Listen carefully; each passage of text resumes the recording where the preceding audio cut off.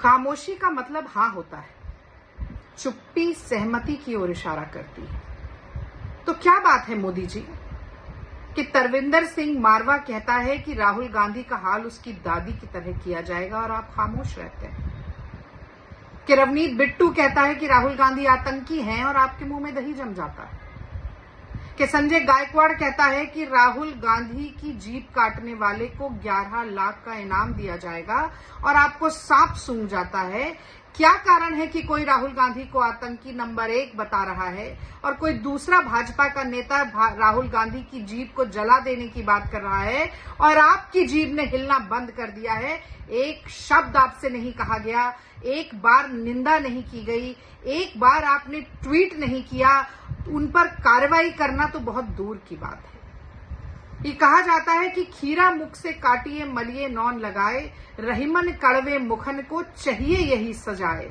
तो अगर आपकी संलिप्तता नहीं है मोदी जी, अगर ये आपका प्रयोग नहीं है मोदी जी, अगर आप नहीं करवा रहे हैं ये प्रायोजित हिंसा और नफरत की वारदातें राहुल गांधी जी के खिलाफ, तो निकाल बाहर करिए, सजा दीजिए, एक ऐसी नजीर खड़ी करके दिखाइए कि आगे किसी का मुंह देश के नेता प्रतिपक्ष के खिलाफ इस तरह से चलने ना पाए। एक ऐसा परिवार जिसके सदस्यों ने देश के लिए शहादत दी, दादी जैसा हाल, इंदिरा गांधी जी को गोलियों से भून दिया गया, पिता जैसा हाल, राजीव जी के शरीर के परखच्चे उड़ा दिए गए, दोनों ने इस देश के लिए अपनी शहादत दी।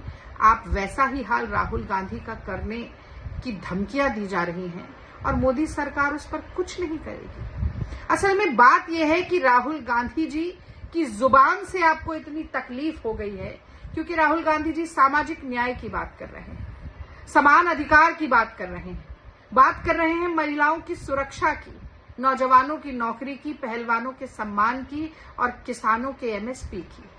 वो नब्ज टटोल रहे हैं इस देश की जनता के, उनके आंसू पोंछ रहे हैं, उनके जख्मों पर मलहम लगा रहे हैं, हाथ में संविधान को लेकर उन सभी लोगों की बात कर रहे हैं जो शोषित हैं, प्रताड़ित हैं, जिनको आपकी सरकार ने हाशिए पर फेंक दिया है। इसीलिए राहुल गांधी का बोलना आपको बहुत खटक रहा है।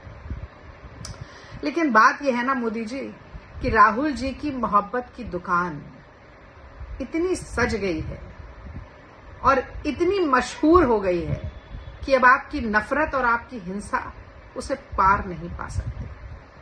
अपने बदतमीज बदजुबान नेताओं पर जरा काबू पाइए।